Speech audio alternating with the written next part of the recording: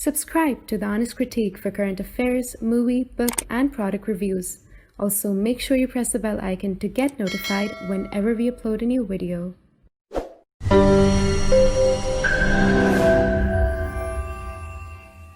The views, information, or opinions expressed during the video series are solely those of the individuals and do not necessarily represent those of The Honest Critique and its employees. The following video contains strong language which may be offensive to some viewers. Viewer discretion advised.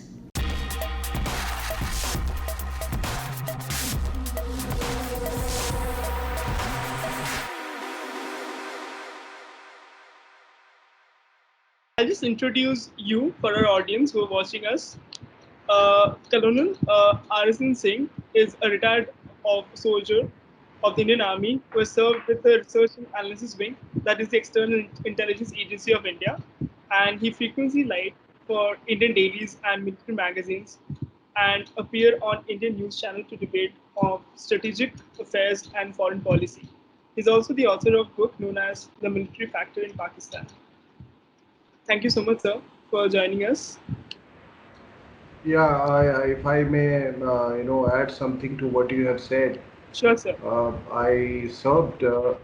I served. I was commissioned into the infantry, and in the 5th Battalion, the Bihar Regiment, and thereafter I served at various places. In J&K, Ladakh, and where you saw this action. With the Chinese. Yes, 2 sir. days back there, and then I served in Siachen and on the LOC, and then I did my staff college, and I was posted in Directorate General of Military Intelligence thereafter. Yes, And sir. after that,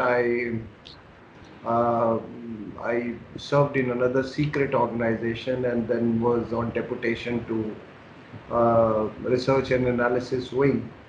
And after having served for about 21 years in the army, and I'm RANW, I took premature retirement, and primarily to contribute to issues of strategic affairs from outside.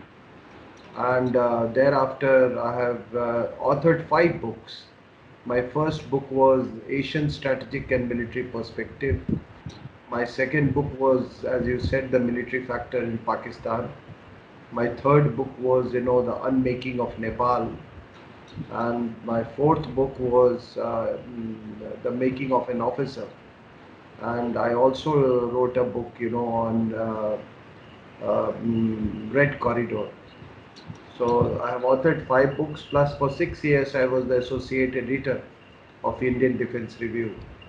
So that is about myself. Now you can start. You can ask your questions, and I will be very happy to Sure, answer. sir. Sure, sir.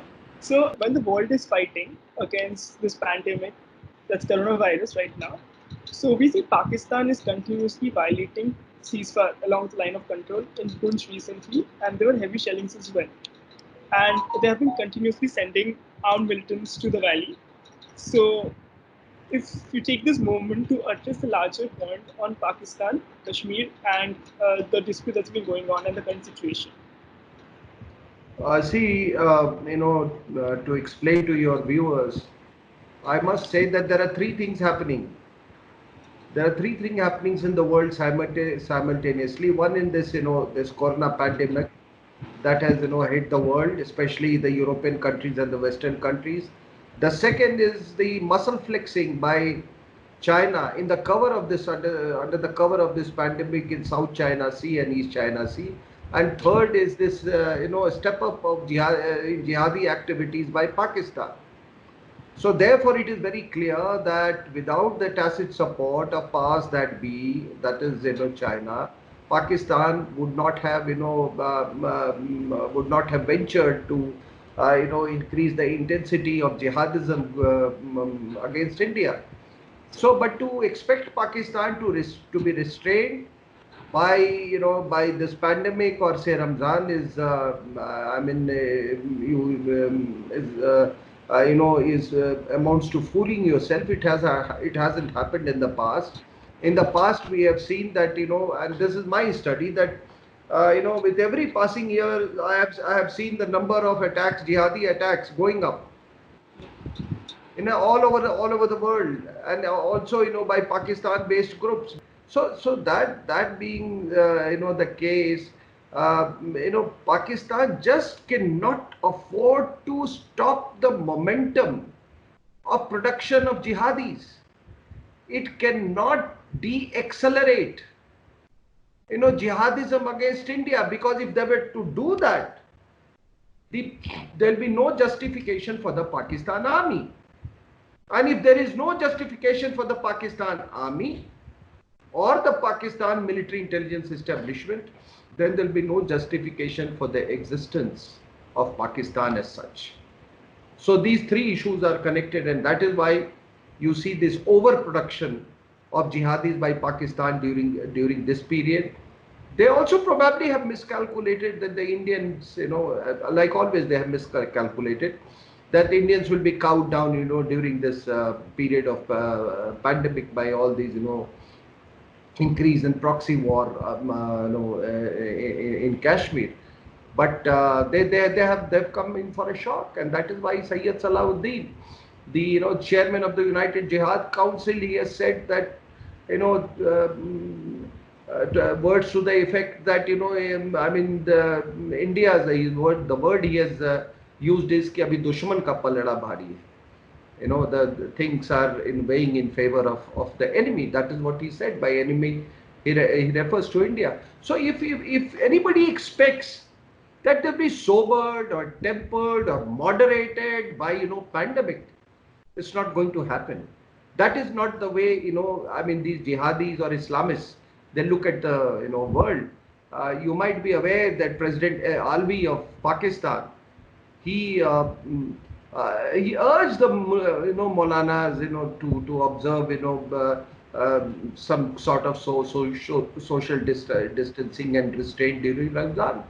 They refused. Even he got a fatwa issued from Al Azhar mosque in Egypt, but that also did not cut any ice on them. So that is the mindset of Pakistan. So I think that should answer your question. So the next question I want to ask you is about this diplomatic kind of war that's going on between India and Pakistan right now, where India recently started announcing the weather for Gilgit-Baltistan, and Pakistan in response yesterday put out a tweet from Radio Pakistan announcing the weather of Ladakh. So my point right now is, with this, if you can issue a larger understanding of what's happening in Gilgit-Baltistan right now, and how will India benefit from this diplomatic warfare with Pakistan with the case of Gilgit-Baltistan? I must start with this fact that the National Defense University of Pakistan, it comes out with a green book, which is a biannual publication. So like every other year, they have come out with this green book, and what is the difference is that earlier, the green books, they at least last 3-4 issues, they focused on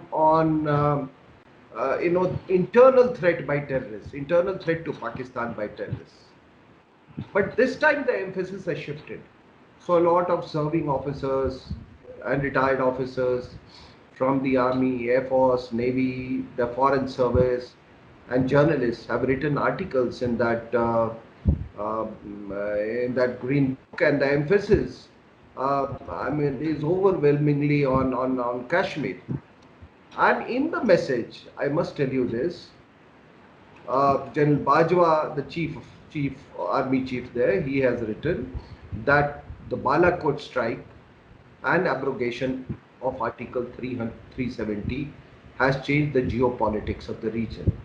Now, isn't it strange that Pakistan used to maintain that only 4 trees have been uprooted? So I don't know. General Bajwa must answer that how uprooting of 4 trees can change the geopolitics of the region, isn't it? Then of course he has played that nuclear card, that Kashmir is a nuclear flashpoint, that trying to attract the attention of the world, that Pakistan has been doing. But my point here is that if it is indeed a nuclear flashpoint, That I would advise General Bajwa to stop this, cross-border terrorism and this jihadism. Now, General Bajwa should also realize that nobody is fighting, as I told you earlier, that nobody in Pakistan is fighting for Pakistan because Pakistan is not an Islamic concept. For God's sake. Khorasan is an Islamic concept. Pakistan is not an Islamic concept.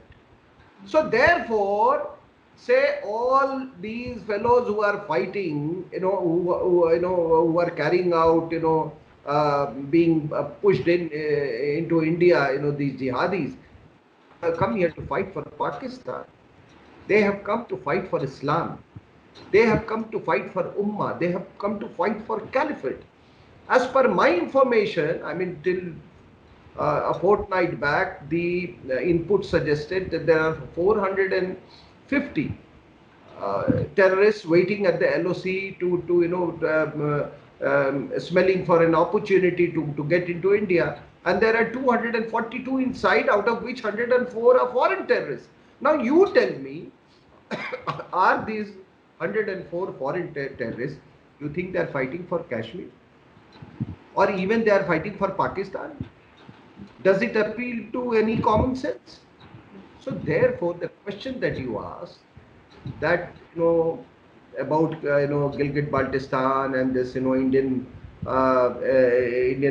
meteorological department's move to carry out weather bulletins of Gilgit-Baltistan, the POK with Gilgit-Baltistan included. I mean, what significance it has? Because we have seen, as I told you about the Green Book, the emphasis is very clear. And he himself said that abrogation of Article 370 is something which has changed the geopolitics of the region. So I suppose he is anticipating, General Bajwa and the Pakistan military intelligence establishment, that the next move by India will be assimilation of POK.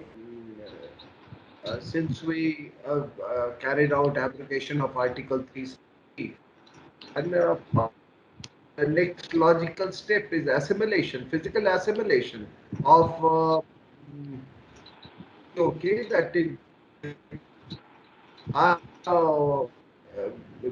it will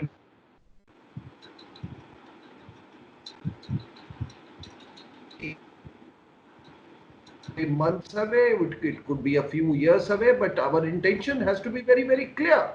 So since we're talking about Burhan Wani, then Zakir Musa, who left Hizbul Mujahideen because he believed Hizbul Mujahideen was more inclined to Pakistan and he wanted a caliphate to be established in the Kashmir, an Islamic state.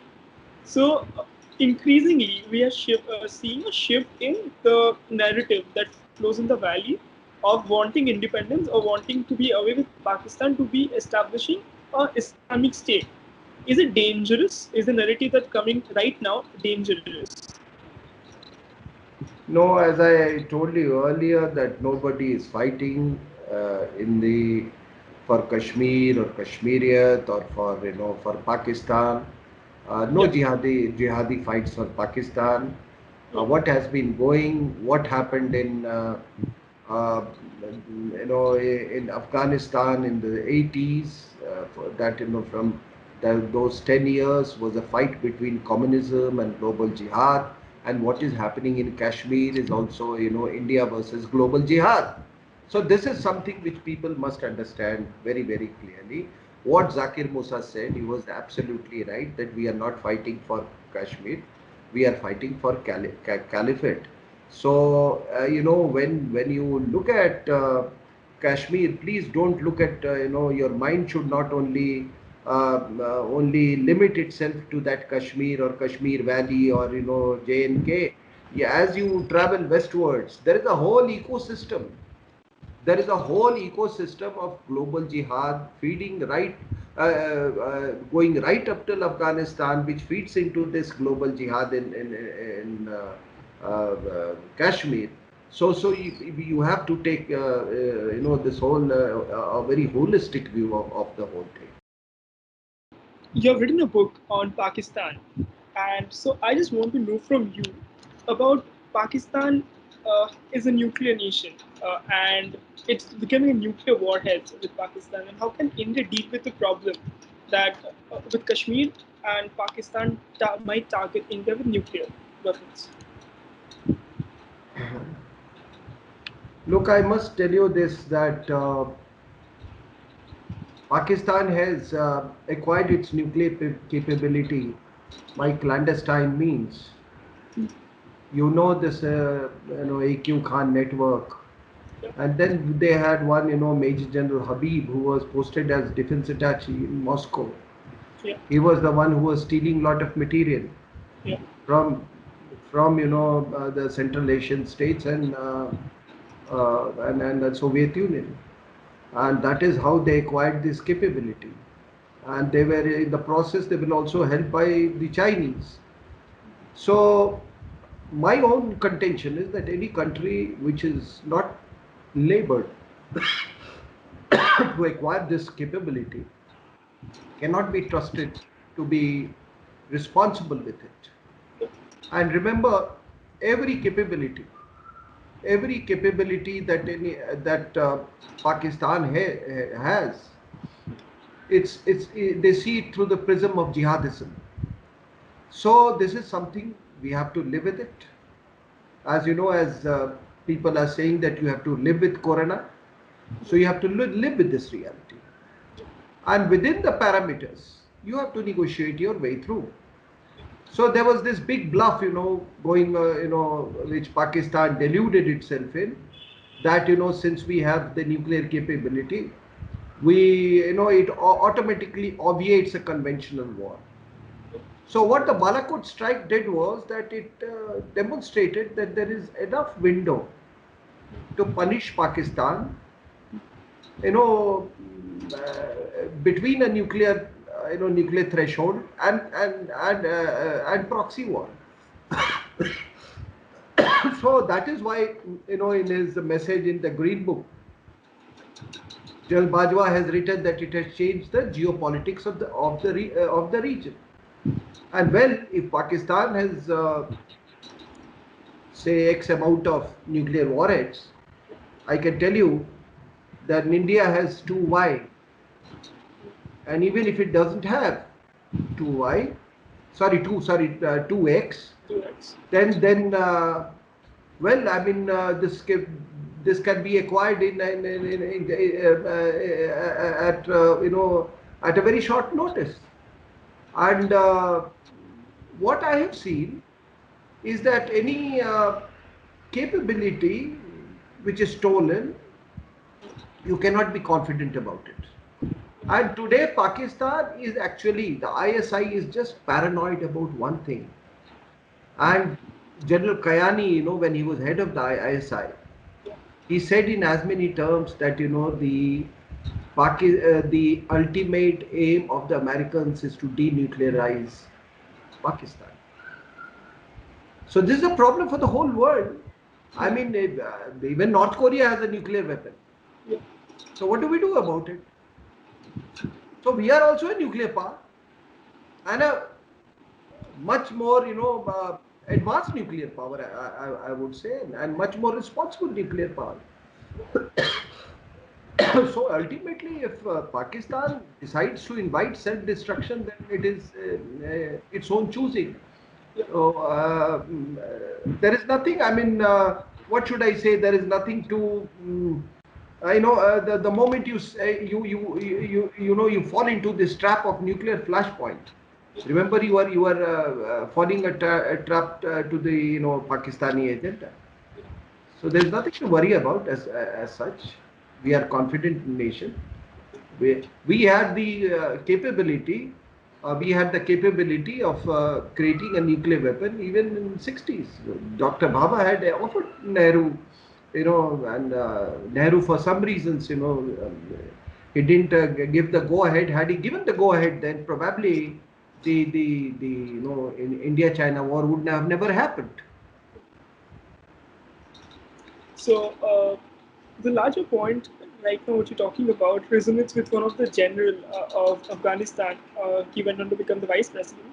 He said that Americans are bombing the wrong nation. Americans should have bombed Pakistan rather than bombing Afghanistan because the terror point stays more in Pakistan rather than Afghanistan. You know, Pakistan never allowed the Pashtuns to stabilize. Never. Right from the beginning, when 47, 48, 47, when this infiltration started by the tribals were basically Pashtuns. Yeah. And that during that time also, do you know that there was the problem in Khyber Pakhtunkhwa, then known as Northwest Frontier Province, Yeah. and very few people remember that actually the Pakistani establishment had used aircraft. And then, once this war against Soviet Union started, again these fellows were created as just cannon fodder, Yeah. the Pashtuns in that area. So the Pashtuns what have they done to the Pashtuns? Just see, they have made suicide bombers out of them. They never stabilized. And they want, I must tell you this, that, this concept of a strategic depth in strategic depth in Afghanistan, I think the reverse is playing now. Today, half of Karachi belongs to Pashtuns. So, this concept of having a strategic depth in Pakistan, and now that the games that in Afghanistan, now the games that Pakistan is playing through the Islamic State Khorasan. I mean, the Afghan intelligence is telling you every day that it is the baby of Pakistan. So they are playing all sorts of games, supporting the Islamic State at one level, supporting the Haqqani network, the Afghan Taliban, and everybody, who can compel the Americans, to Americans to exit. And well, they're double crossing the Americans also. So today, no, responsible citizen of Afghanistan trusts Pakistan today. While I must tell you this, that while India enjoys tremendous goodwill in Afghanistan, so that is the equation. So what is, if something is happening here during this corona stricken times, if something is happening, there is a spurt in jihadism in Kashmir. There is also a spurt in Pakistan sponsors jihadism in Afghanistan. So that is why we need India and Afghanistan. They need to get their act together as far as Pakistan is concerned. So let me come to a more recent event that's happening, and let's move our focus from Pakistan to a bigger force that's like a lot of incidents that are happening around India right now is primarily because of that particular country, which is like I'm talking about China. So the Chinese choppers today violated the Indian airspace in Ladakh, and a few days before there was a scuffle which broke in Nakula Pass in Sikkim, with Chinese and Indian forces getting into a scuffle. So, what is this attitude of China if we come to this point that a lot of the world leaders are questioning China's role in spreading of this virus and questioning them? And as we're talking, a lot of global leaders have even said a bill of how much they have spent in healthcare for the coronavirus because of the virus that spread from Wuhan. So while China is battling this and the world is battling this, China is violating India's airspace. Yeah. Firstly, the question you asked, that they are being accused of, accused of, yeah, accused of being the progenitors of this, corona pandemic. Well, these are not misplaced accusations. You look at the events that have taken place. Firstly, when this spread, why didn't it spread to Shanghai and Beijing? This is a question people are asking. Why did not China inform in time? How is it that they cancelled all their domestic flights but persisted with international flights? Yeah.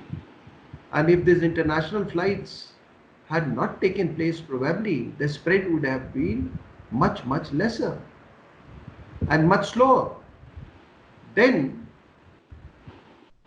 even people who are suggesting that there should be, an investigation by WHO, I mean, they have also stonewalled that.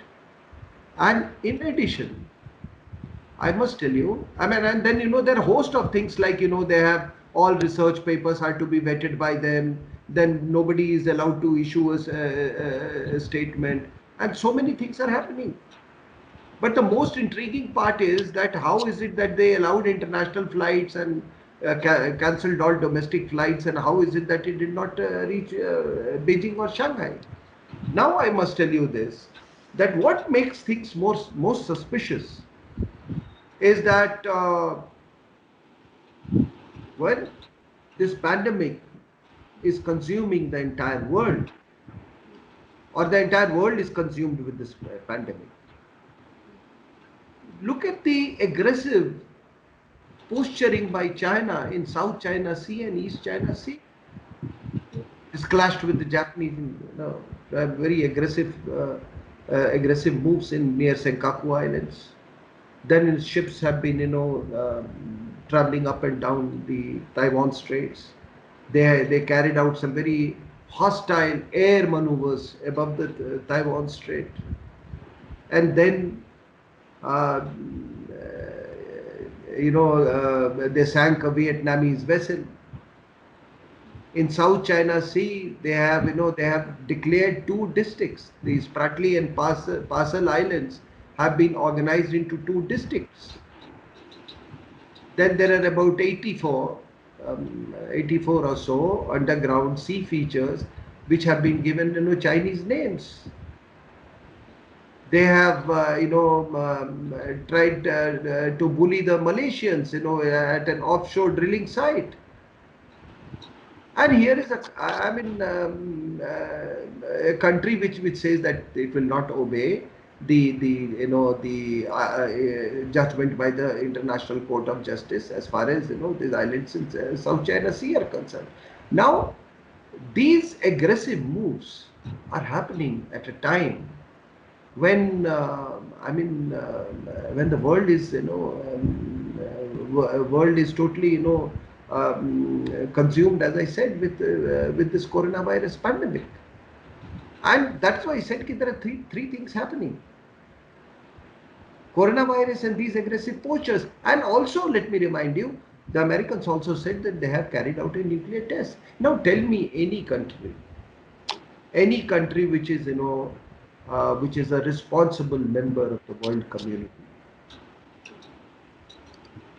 would hesitate, would at least not carry out these aggressive maneuvers during this pandemic. And not only that, I must tell you this. I was just reading the South Morning Post, and when the one lady had written a report, and she says that their aircraft carrier group, Lianao, it has carried out exercise in the Pacific and returned back to the base in China. And then she taunts that this group, which had two destroyers and probably two frigates and one supply ship, so there were altogether 2,000 sailors. She says that not even one got infected, was found infected with corona. And in the next sentence, she says that at least the four carrier groups, the four American carrier groups in the Indo-Pacific region, are all infected, and that is why they are not operational. And thereby saying that we are the only, the masters of Indo-Pacific, we are the only carrier group operating. Now look at this mindset. Look at this mindset. This is all happening at a time, when this pandemic is going on. And then you have, sudden, as I said, spurt in jihadism from Pakistan. Now you have to, anything that Pakistan does strategically, It has got to have, you know, the connivance of China. And probably that is why, you know, this this decision to cast weather bulletins that we have taken is absolutely apt at this point of time. And then you have these, you know, aggressive patrolling by the Chinese. I have served in that area, and I'm told that one lieutenant, you know, he literally gave a bloody nose to the Chinese.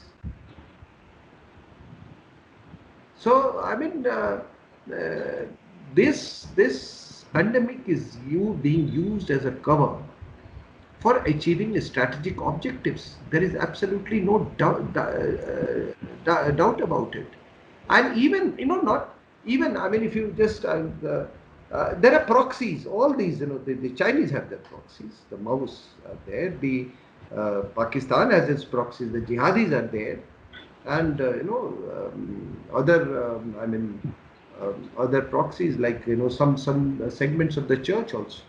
The church, by the way, is in partnership with a lot of ultra left organizations, and you find all three of them active at this point of time while the whole nation is in lockout.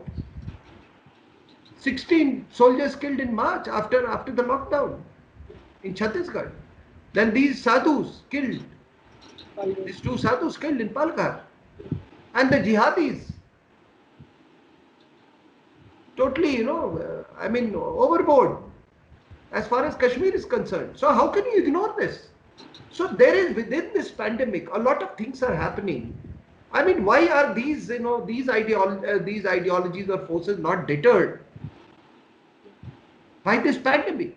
And then, I mean, you know, you have every reason to suspect that it was a biological warfare. And along with this, I must also tell you that do you have a question on Afghanistan? No, sir, not really. Okay. Then I'll cover it this. Yeah. That is why I feel that, you know, at this point of time, the Americans should never leave Afghanistan. Because if you leave Afghanistan, firstly, you would have, you know, you have wasted all that you have invested in for last so many years. At least in establishing a semblance of civilization, one. Two is that, you know, then nobody will take you seriously in South Asia. And it will have its impact everywhere in the, you know, entire South Asia and the Indo-Pacific, just because of this, you know, because of the coronavirus, if they were to withdraw forces. And thirdly, if a biological warfare has been, you know, launched, then again it gives a very wrong message, you know, to countries, you know, who can trigger a biological warfare. That, you know, is such an easy device to humble any superpower. So then I wish, I mean, that's my, you know, feeling and strategic thinking, that it would be a big blunder if the Americans were to withdraw their troops at this point of time. It will be an open invitation to the jihadi forces and a big impetus to biological warfare. So I'll have a follow-up question. The question is about China brainwashing Bhutanese young kids to go against India, and they're forming an anti-India sentiment in the Bhutan region. So is China worried that after the meteorological release of the weather report, so is China worried that the amount of money they spent on the highway or the trade route they built along the line of POK, the investment might go in vain, and that's why they're bringing the scuffle, they're violating airspace and trying to prove their existence in this point? There's a good question actually you asked me. See, I mean, you are talking about the Belt Road Initiative. Yeah. Basically, China-Pakistan Economic Corridor is a part of that Belt Road Initiative. The major portion passes through Gilgit-Baltistan. I have always maintained that there was no way that the Belt Road Initiative or China-Pakistan corridor would not be contested. I had absolutely no doubt that Gwadar will not be made so easily available to the Chinese, no matter how much Pakistan desires or the Chinese desire, it will be contested fiercely. So we, as a counterpoise, we started, we had this Chabahar port in Iran. I mean, India's development of Chabahar port along with some other countries. The other thing what is happening is that Europe also realized that I think the Chinese are becoming too big for the boots. And if you see the balance of trade, if I'm not mistaken, 184 billion euros trade and in favor of China. So this entire what China was trying to do is to shift the center of gravity or the epicenter of global trade to China. Now, the chairman of the European Commission, Mr. Juncker, he met during the Shinzo Abe's visit. They chalked out an infrastructure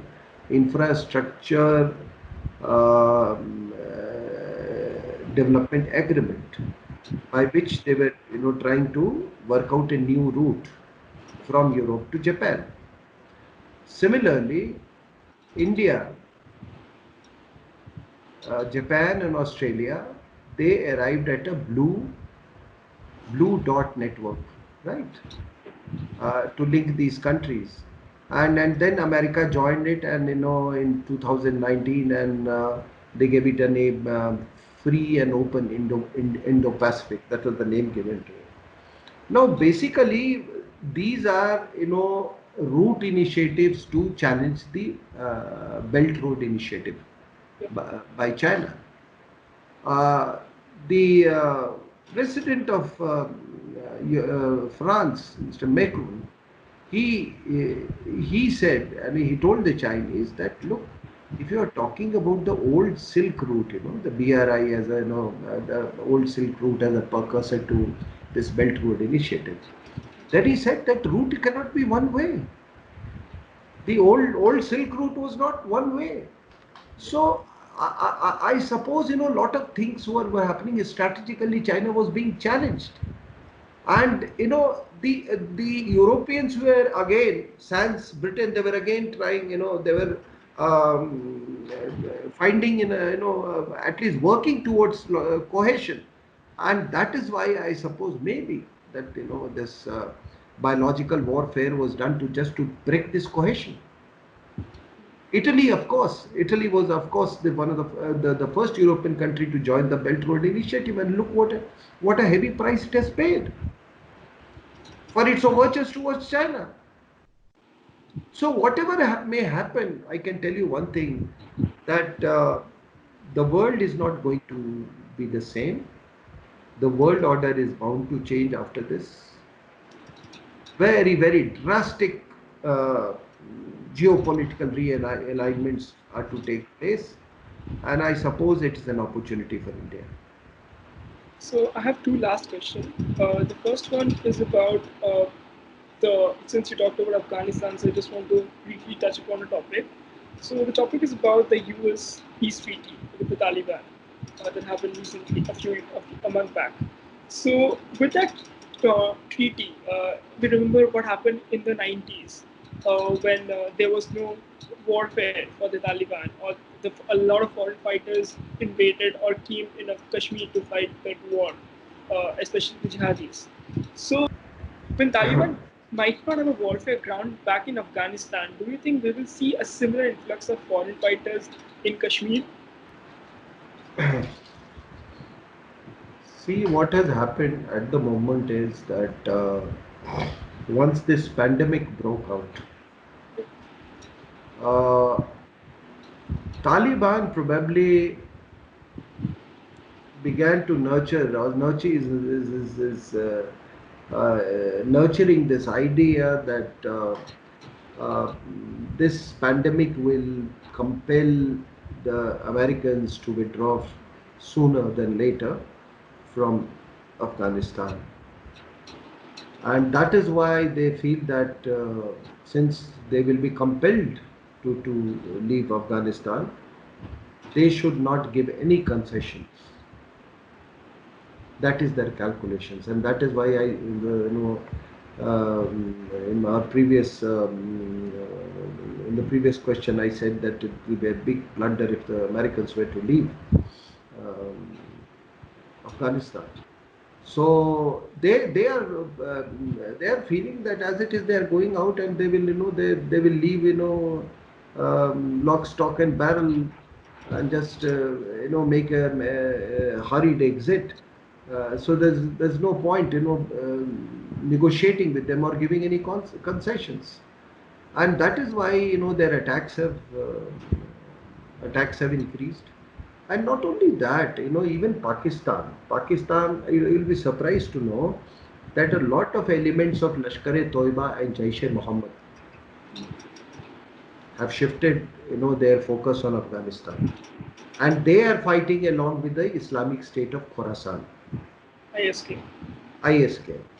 Now, this is one fellow has been arrested. One Salahuddin, not Sayyid Salahuddin, the another Salahuddin. He was killed. Another fellow again has been killed yesterday. So I think what was his name? That fellow who in Asif Umar or something. Yeah, but they all said, they it was they had it was found that they had strong links with Pakistan's ISI. So they are very active as far as Islamic State of Khorasan is concerned. Lot of patronage from the Pakistani military intelligence establishment. So what is going to happen now? I'll tell you, and mark my words. What is going to happen is that all these fellows, all these organizations, Jaish-e-Mohammed, Lashkar-e-Toiba, and maybe even Hizbul Mujahideen, they will operate under new nomenclatures, right? And they will try and show it as a internal resistance in Kashmir, and all other attacks and other it will be the under the overall umbrella of the Islamic State of Khorasan.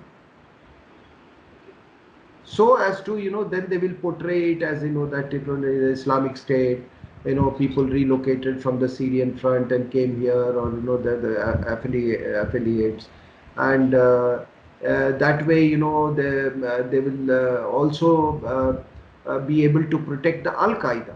By the way, the Al Qaeda has very strong links with Pakistan. Lal Masjid in Islamabad, which is just located, in the vicinity of the ISI headquarters. I mean, Lal Masjid is they have very very strong Al Qaeda links, and there are many VIPs who Pakistani VIPs who visit the Lal Masjid. So therefore, what is going to happen is that you'll have new nomenclatures for this Lashkar-e-Toiba, etc. And now they will all operate under the overall umbrella of Islamic State of Khorasan. So you will see a spurt in jihadism, and you will have a lot of foreign jihadis coming in now. Because what has happened? See, I've always maintained this, and now as I have told you that now they have began to shift their some majority of their a major part of their operations in Afghanistan, Lashkar-e-Toiba and Jaish-e-Mohammed. So there is nothing called local jihad. In this world, there is nothing called local jihad. All jihad is global jihad. They only keep shifting their focus. So probably when this, if things go their way in Afghanistan, then obviously you will feel the heat here in Kashmir, and if things don't go their way, it's good news for us.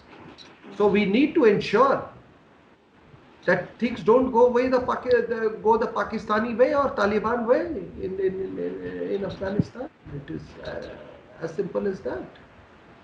Whatever you may do, we will not be able to break the umbilical that the ISI has with Taliban, nor it is so easy to break the umbilical that some of these, global jihadi groups operating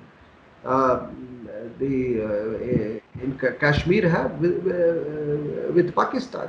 It's not easy because there is a total ideological sustenance through this umbilical.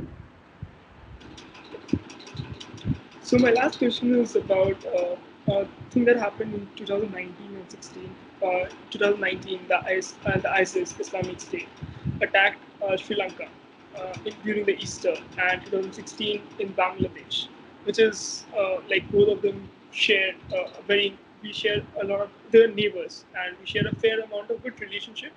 As far as not with Pakistan we share, but so did the intelligence agency had any clue of those attacks? Because if similar kinds of attack has to happen in India, even if it's a lone wolf attack of a single ISIS member buying homemade ingredients to make a weapon and launch an attack in India.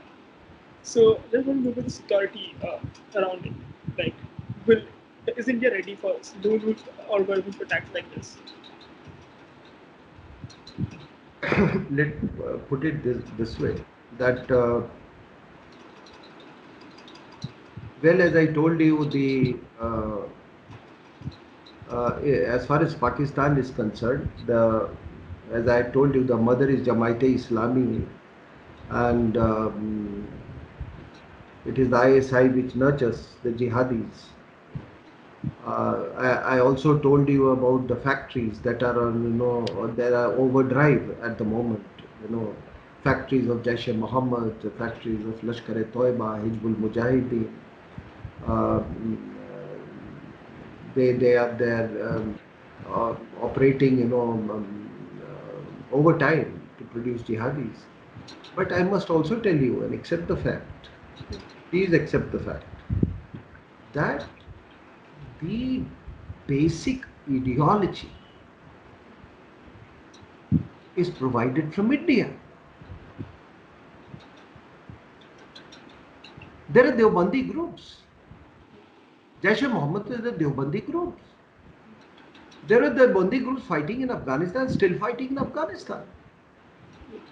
There are Barelvis. Under Imran Khan, even they have got radicalized. Barelvi is again an ideology or another stream from India. That's another reason, that for tactical reasons you don't find, these fellow openly espousing, jihad within India, most of this country. But I don't, except for, leaving apart, that operational part, that physical part.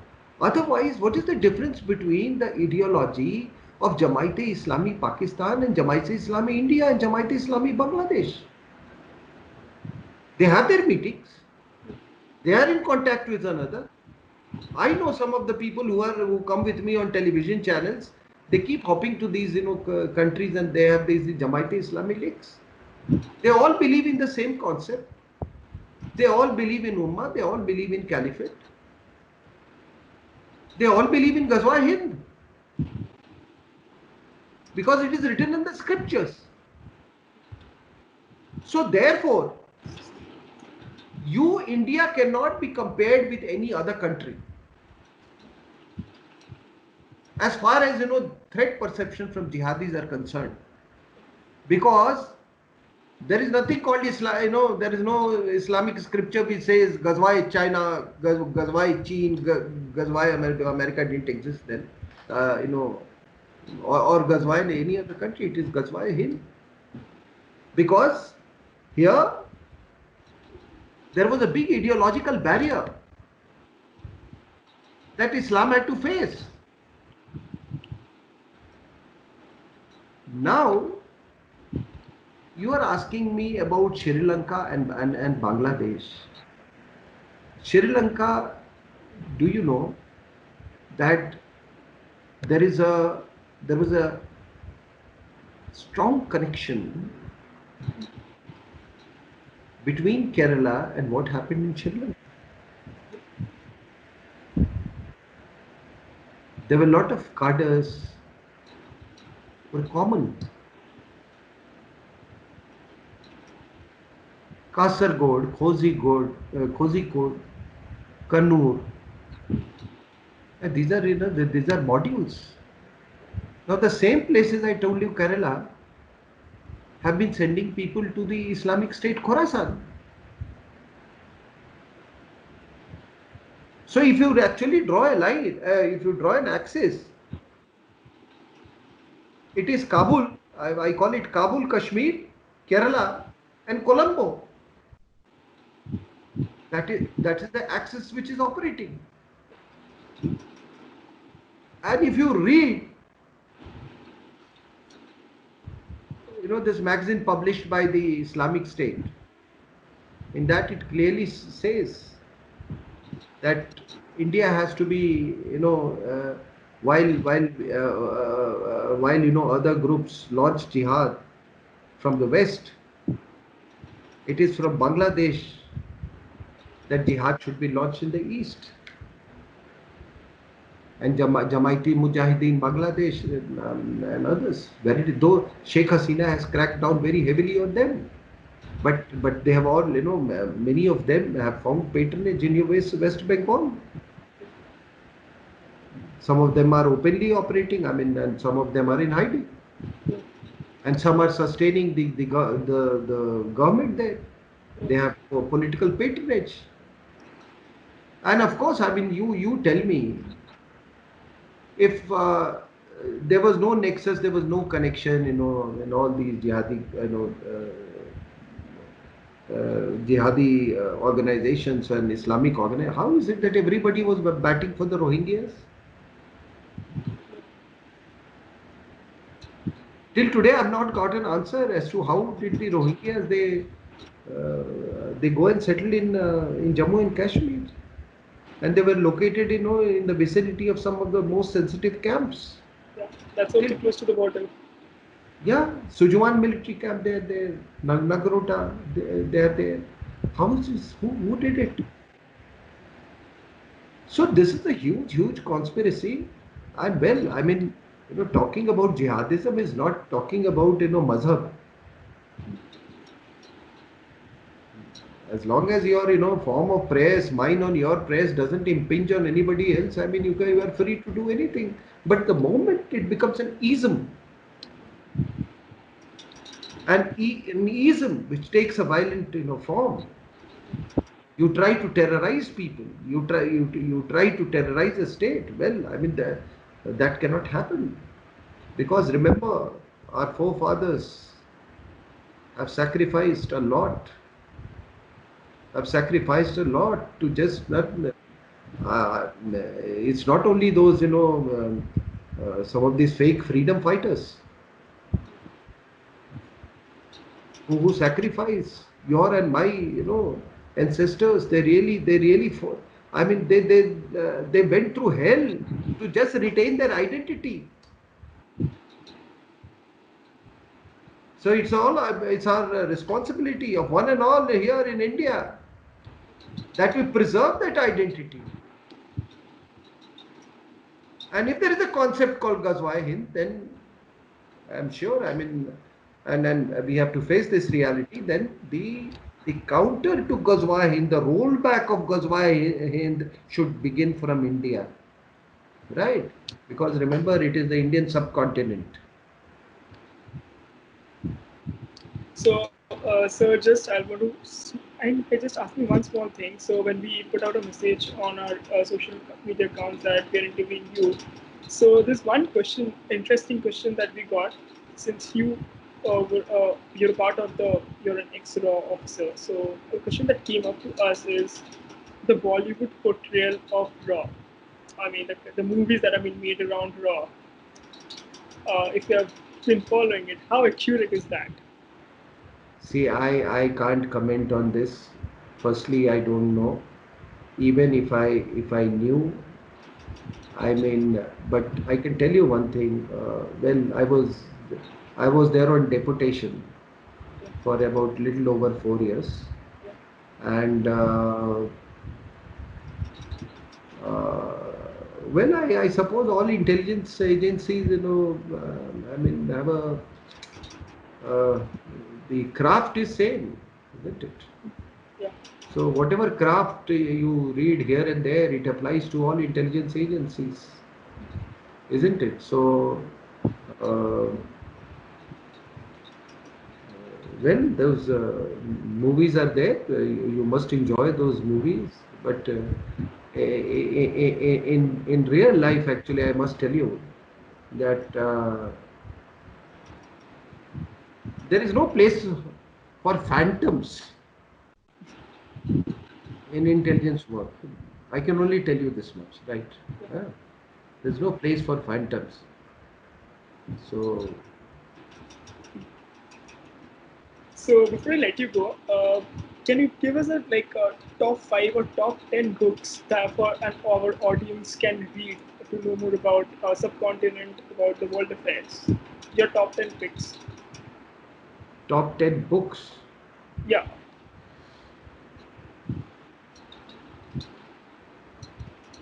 The Clash of Civilization, Samuel Huntington. One.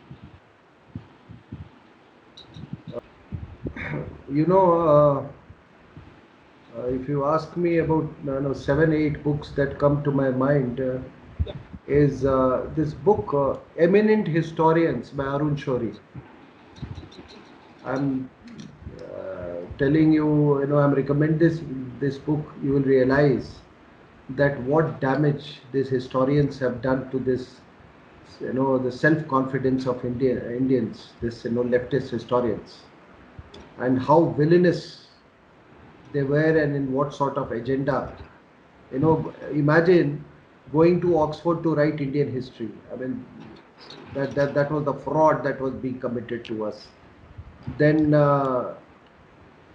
you must read this, latest book by G.D. Bakshi on Saraswati civilization. Why I am telling you this? Because the Saraswati civilization and Indus Valley civilization.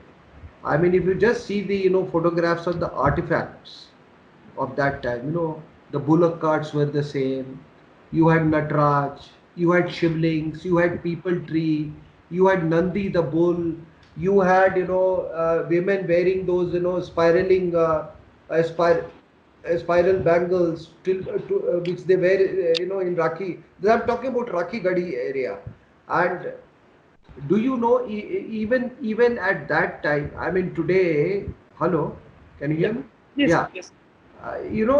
The first time the concept of public hygiene and public drainage system and public water supply came to England in 1835. There was a fellow called Edwin Chandwick who introduced this. And imagine, you see this Indus Valley civilization, they had such advanced drainage, and imagine these beasts coming and ruling on us. So that was then. Then you must read a book called A Wonder That Was India by A.L. Basham. Every Indian should read this book. A Wonder That Was India. Then you must know about Subhash Chandra Bose. I would recommend G.D. Bakshi's book because it's easy to read. And well, it was Subhash who got the independence, nobody else. Nobody else. It was the fear of the INA that actually compelled, the British to leave.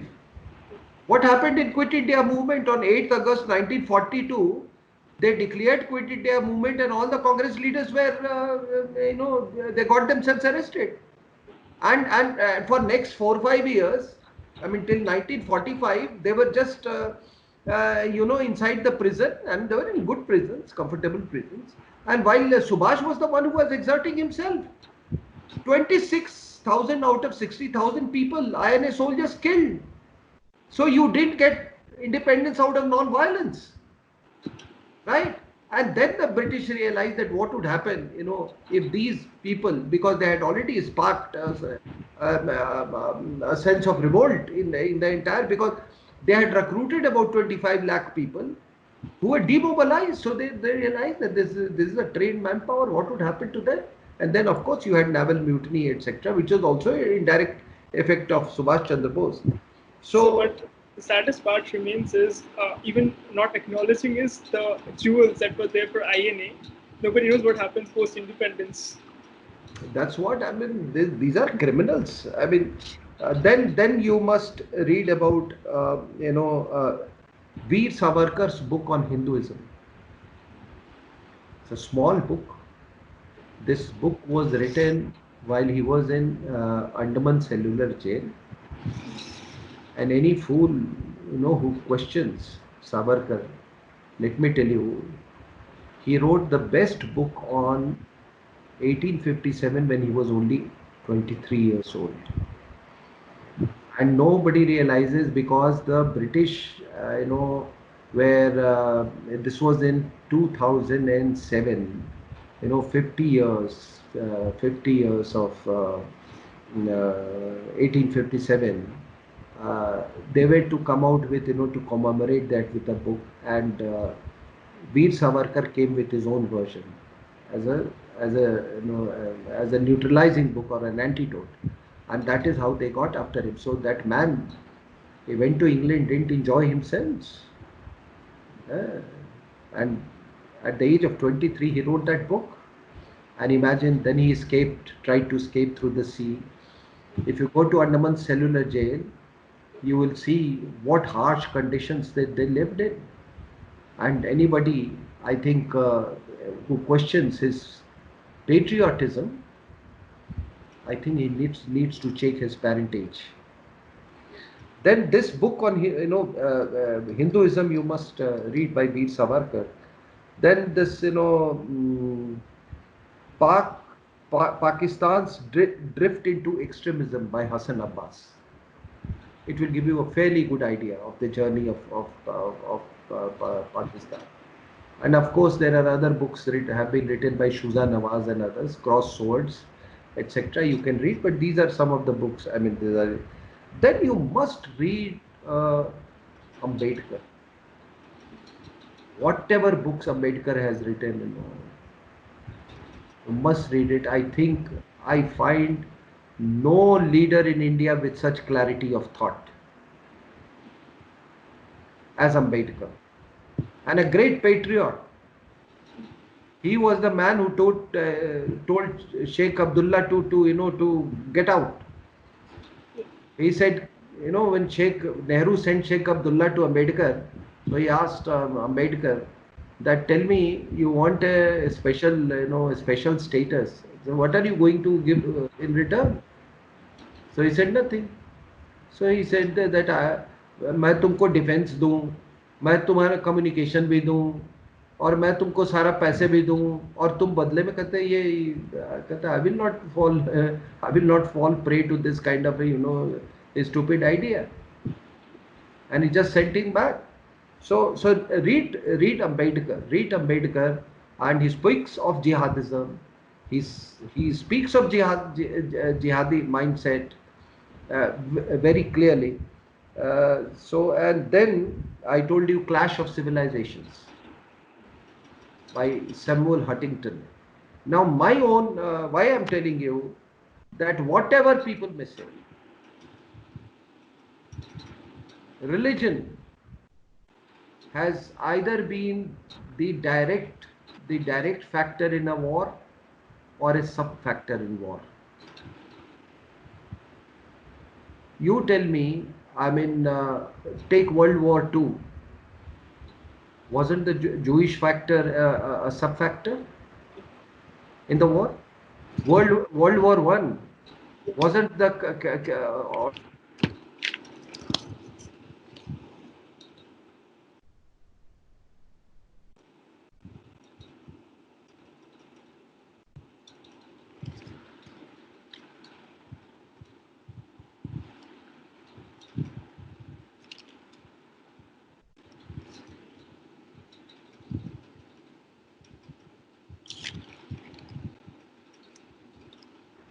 yeah. Yes, sir. So the last part So, is not and then you must read this book, this India's War by one Arjun Subramaniam. He is a friend of mine. I recommend these books are available, readily available. You will get to know, the broad aspects of the wars that India has fought so far. And then, of course, the book by, the Himalayan Blunder on 1962 war by John Dalby. So these are books I thought, which straight away came to my mind.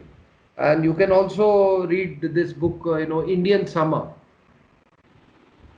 Indian Summer. That is also very interesting reading. So you will know the truth about all our, leaders in the pre-independence. And if you can get a book, if you can lay your hands on a book called India from Curzon to Nehru and After. India from Curzon to Nehru and After by Durga Das. These are some of the books, which has influenced me. And of course, I have been greatly influenced by Swami Vivekanand. I've been reading him right since my childhood.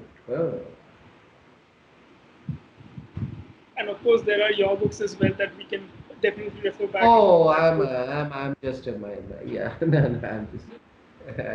You can read my book, that military factor in Pakistan. Okay, so I'd like to end the interview right now, and so thank you so much for joining us here. And I'm pretty much sure that our audience got a lot of new information. You debusted and busted a lot of myths around, and gave us a clear picture of what's happening around the Indian subcontinent. We can't thank you enough for this, sir. I'm grateful that you invited me.